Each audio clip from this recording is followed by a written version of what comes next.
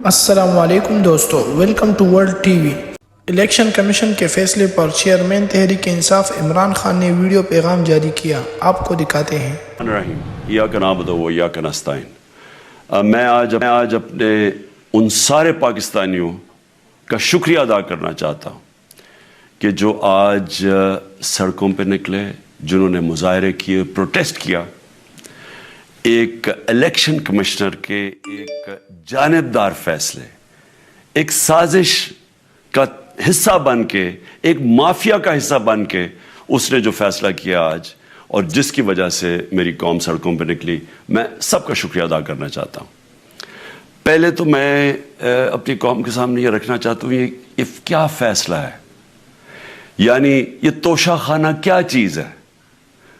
توشہ خانہ وہ ہے کہ جب ملک کا پرائم منسٹر، اس کے وزیر، اس کے آرمی چیف، ان کو جب پریزنٹس ملتے ہیں، جب وہ اقتدار میں ہوتے ہیں، تو جب ان کو تحفے ملتے ہیں، تو یہ جو سارے تحفے ہیں یہ جاتے ہیں توشہ خانہ کے اندر۔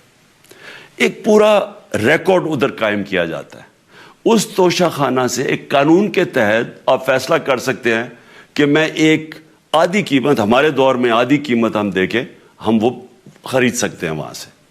سارا ریکارڈ اس کا ہے پڑا ہوا ہے توشہ خانہ میں۔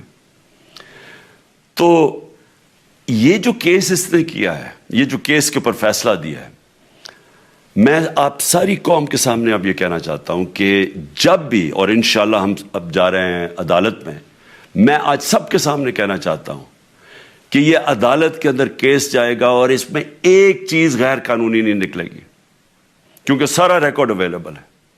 اور جنہوں نے قانون توڑا ہے، توشہ خانہ کا قانون کس نے توڑا ہے؟ آصف زرداری نے اور نواز شریف نے۔ کیسے توڑا ہے؟ انہوں نے 4 مہنگی گاڑیاں اس توشہ خانہ سے نکالی ہیں۔ قانون یہ کہتا ہے کہ آپ گاڑیاں نہیں نکال سکتے، مجھے بھی ملی تھی۔ تو ان کے کیس تو سنے نہیں، ان کے 10 سال سے کیس پڑے ہوئے جو انہوں نے یہ گاڑیاں غیر قانونی طور پہ نکالی تھی۔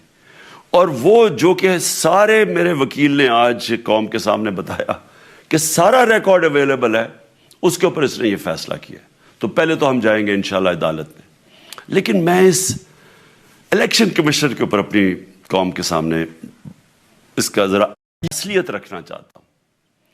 یہ وہ آدمی ہے جو پچھلے 2.5 سال سے ہمارے خلاف فیصلے دے رہا ہے۔ 8 یا 9 دفعہ اس نے ہمارے خلاف فیصلہ دیا، ہم عدالت میں گئے اور عدالت نے اس کے فیصلے اوور ٹرن کر کے ہمارے حق میں فیصلے دیے، کیونکہ اس کے جو فیصلے تھے وہ غیر جانبدار نہیں تھے۔ ہم ای وی ایم مشینز کے اوپر کوشش کرتے رہے کہ اس ملک میں صاف اور شفاف الیکشن ہو، 2 سال کوشش کرتے رہے۔ اس الیکشن کمیشن نے پیپلز پارٹی اور نون لیگ کے ساتھ مل کے وہ نہیں ہونے دیا۔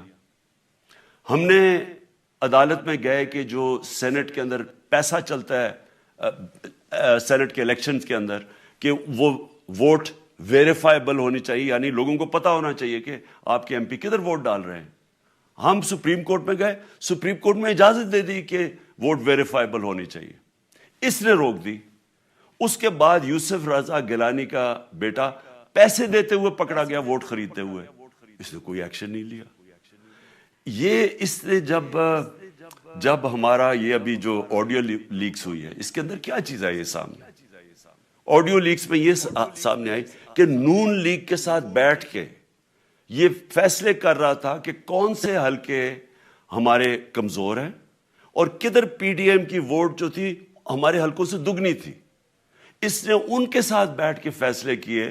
یہ جو ابھی حال ہی میں الیکشن ہوئے ہیں، اسی الیکشن کمیشن نے، اس نے پہلے بھی جب پنجاب کے بائی الیکشن ہوئے تب بھی پوری الیکشن کمیشن کی مشینری نے ان کی مدد کی، اور اس کے گورنمنٹ بھی پنجاب میں انہی کی تھی۔